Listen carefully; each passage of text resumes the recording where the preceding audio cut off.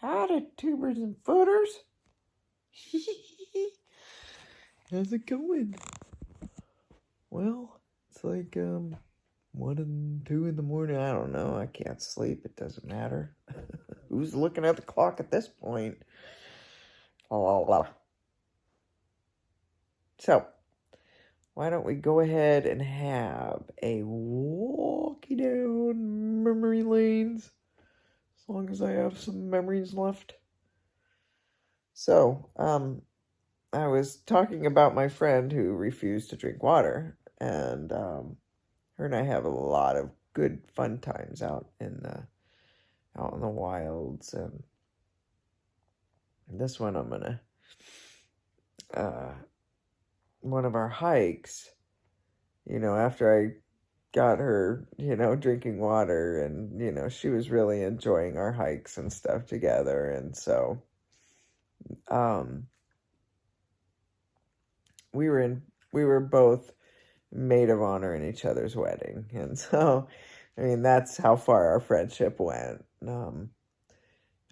Anyhow, so one day we were just gonna go for just an afternoon hike, like nothing major, and we were both really good at making sure we packed our bags really well and had rope and all, just everything needed if you were stranded out there and had to stay the night.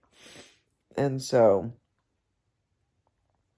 we got out there, but we didn't, that day, since we were doing just we didn't plan on like doing an actual hike. We just planned on like waltzing around just the area a little bit and not going far at all.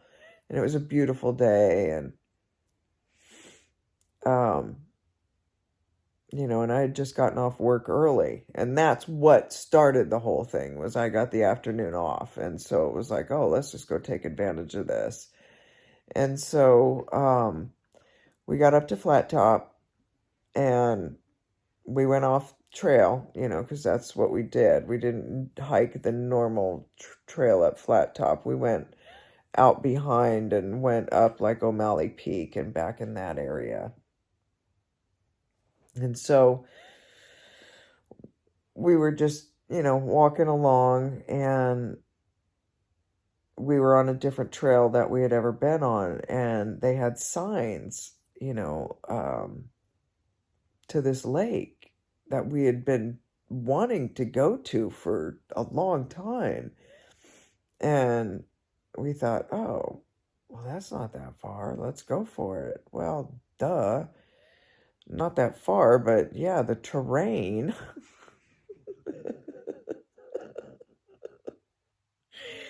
Oh my goodness. Yeah. So had I had our, map and all the stuff that we normally would have had with us, we would never have done that. It just seemed like it was just such a leisurely little stroll, and we thought it was like going to go through like this little valley, between the mountains, and oh, no, no, no, no. That is not what happened. You know, so we got there to the lake, and oh, it was gorgeous, and we were just super, super thrilled, just absolutely super thrilled. And well, we had to go back, and as we were coming back, it was getting dark and late, and since we weren't familiar with that trail, we kind of got a little turned around and went a different, got off the trail, the one that we had taken out, and somehow went around the mountain the other way. And so we were completely turned around. This happens a lot in Alaska.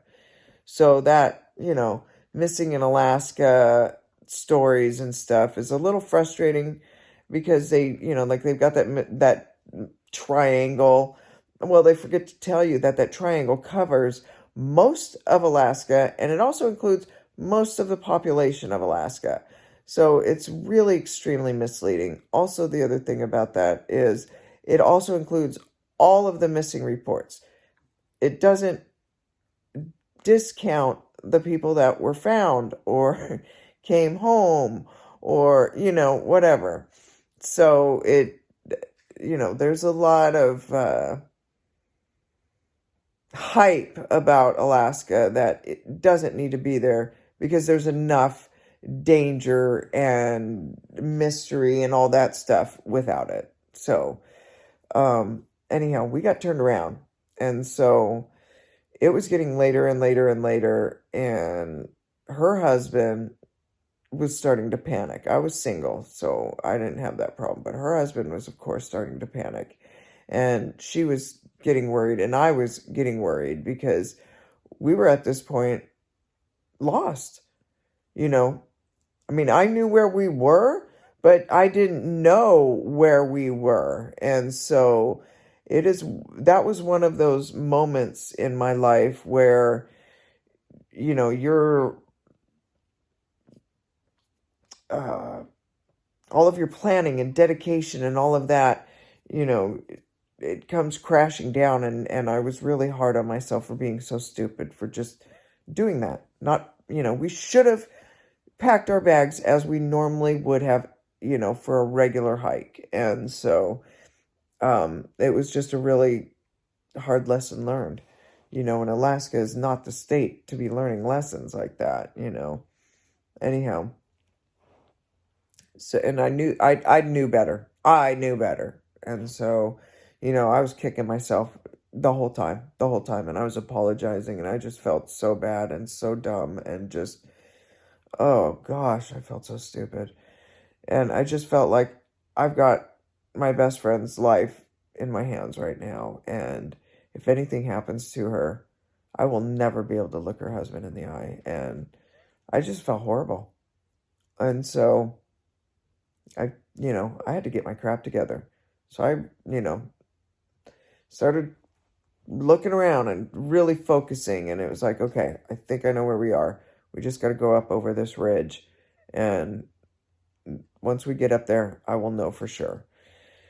And so luckily we had all the water and all of that kind of stuff and snacks, and so we got up over on top of that ridge, and I looked over, and it was like we were 3 ranges back. And I felt so defeated at that moment. And then, and Joyce could see it in my face, and she started crying. And I didn't want to, I just felt really bad. And so,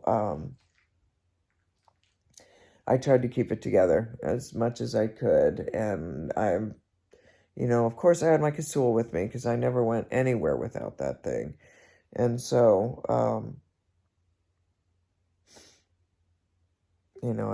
we hugged, and it was like, we're going to get through this. We can do this. We've got this. Now, this was before I did the Iron Dog, keep in mind. So we get, I figure out, well, we're going to do this route, and we've got it.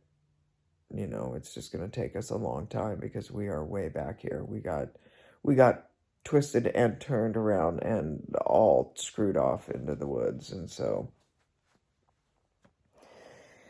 we finally get to a point where we are on the trail we know, and we had hiked multiple times and could do it blindfolded pretty much. And we sat down and just basically collapsed out of relief, frustration, fear, like all of those things were going through us. And, we both were just like, breathing and just taking a moment. And then we heard something in the trees. And she was like, you got your gun? I'm like, yes, of course I've got my gun. She's like, pull it out right now. And I'm like, I've got it right here. And she's like, you need to have it aimed right now. And I'm like, I've got it right here. Now, my dad taught me very, very well. You do not shoot at anything you can't see. You do not shoot at anything. You're not looking in its eye. Like, you do not just blindly shoot. Anyhow, I don't care how terrifying it is, and I don't care what the situation is. You need to know what you're shooting at. Anyhow, so it's coming closer and closer, and it is coming for us, and it is right there. It is like right there. It's right beyond the trail. But she's about climbing over me. She's trying to like force me to shoot into these bushes because, and I'm refusing. Like, we are flat out arguing at this point. And out pops this dude. I look at her like, now you see what I'm talking about. And I said, you're lucky that's how people get shot. And he didn't respond like a normal person would have responded in that situation, I don't think, at all. At all. And he was so weird. And he was just dressed in a t-shirt and jeans. He had no backpack. It was in the middle of the night.